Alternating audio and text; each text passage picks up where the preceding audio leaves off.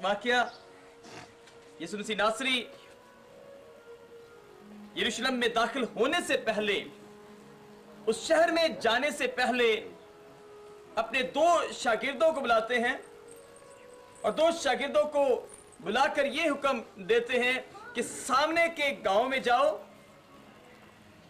और जाकर वहां पर तुम एक गदही और उसके बच्चे को बंधा हुआ पाओगे, उसे खोलकर मेरे पास ले आओ।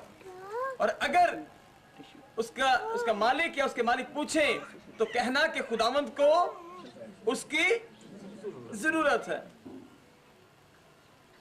और वो वाकई जब उस शहर में दाखिल हुए, उस शहर के अंदर गए, उस जगह गए, उस गांव में गए, यरूशलेम के अंदर दाखिल हुए, तो जिस जगह यीशु ने कहा था उसी जगह उन्होंने उस गदही और उसके बच्चे को बंधे हुए पाया। और जब वो खोल रहे थे तो लिखा है कि उसके मालिकों ने आकर पूछा, इन्हें क्यों खोलते हो? तो जवाब में उनसे यह कहा गया कि मालिक को इनकी जरूरत है। और फिर यीशु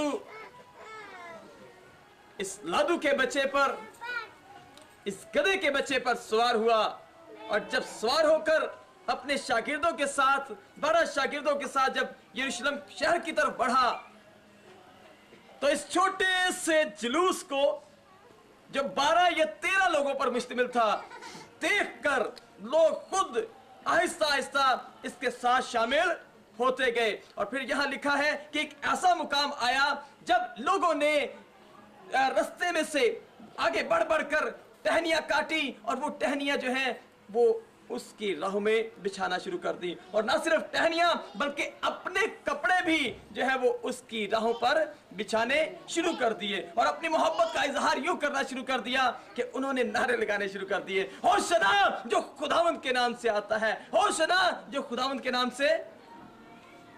एक अजीब सा माहौल बन गया है।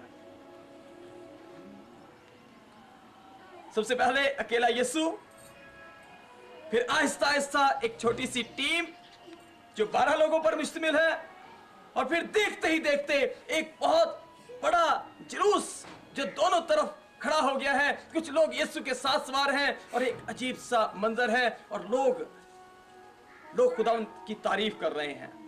लेकिन सब के सब नहीं, बल्कि कुछ फकीर और फरीसी कहते हैं, इन्हें खामोश करवा, ये क्या नारे लगा रहे हैं, इन्हें खामोश कर, क्योंकि ये क्या आप कह रहे हैं।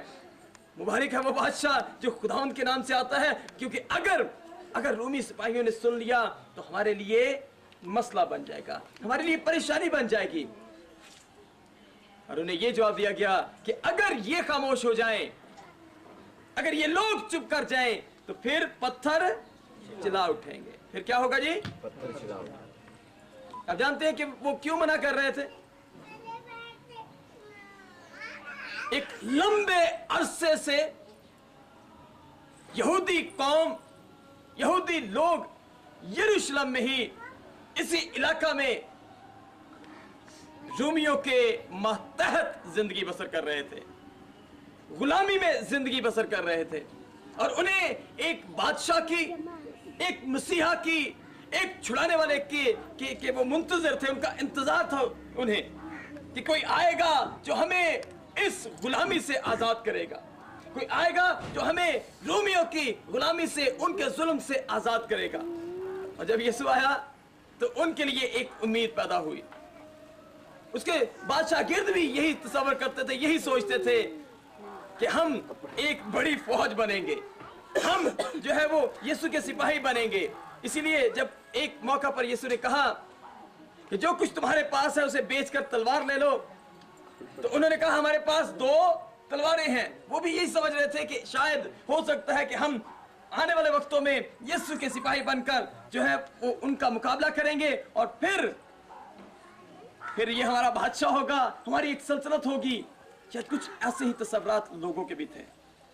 लेकिन आइए आज की सुबह इस वाकया की बदौलत इसके रूहानी पसे मंजर को भी देखने की कोशिश करते हैं। थोड़ा थोड़ा पढ़ेंगे और थोड़ा थोड़ा सीखने की कोशिश करेंगे। आइए दोबारा मैं आपके लिए इसको पढ़ता हूं। जब वो उस पहाड़ पर जो जैतून का कहलाता है बैत फिगे और बैत अनिया के नजदीक पहुंचा, तो ऐसा हुआ कि उसने शागिर्दों में से 2 को ये कहकर भेजा। और याद रखिए, खुदावंद जहां खुद जाना चाहते थे, जहां खुद जाना चाहता था, वहां पर उसने फिर अपने 2 शागिर्दों को भेजना शुरू किया।